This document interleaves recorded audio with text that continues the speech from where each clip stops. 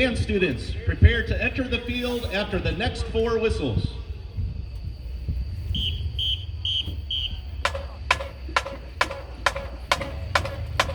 Ladies and gentlemen, today marks the 20th anniversary of September 11th, 2001.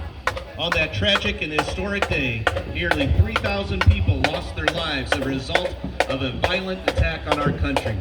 The historic events of September 11th were a series of coordinated suicide attacks by Al-Qaeda upon the United States of America. On that morning, 19 Al-Qaeda terrorists hijacked 4 commercial passenger jet airliners.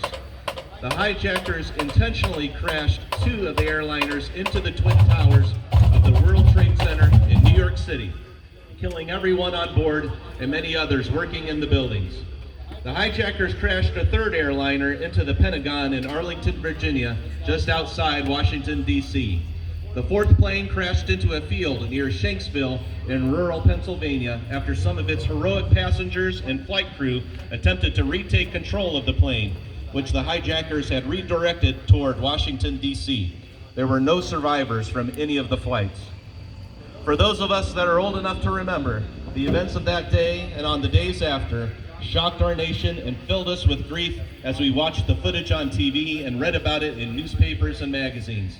Interestingly enough, the earliest accounts of how we as a nation began to deal with our grief was the memories of people singing "We Shall Overcome" and "America the Beautiful." The first organized public event following the attacks was a concert by the New York Philharmonic in which the Brahms Requiem was performed.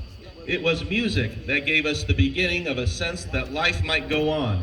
Music and all of the arts are a basic need of human survival. Music is one of the ways we make sense of our lives, one of the ways in which we express feelings when we have no words, a way for us to understand things with our hearts when we cannot with our minds. That is why the arts deserve to be an important part of every child's education.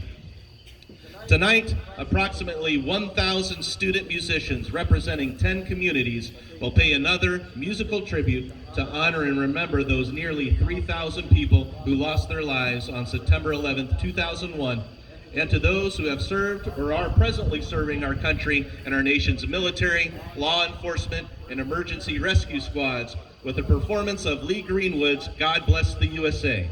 Would you please stand and observe a moment of silence for the victims of September 11th, 2001, and for those who have served or are presently serving our country and our nation's armed forces. Let us never forget.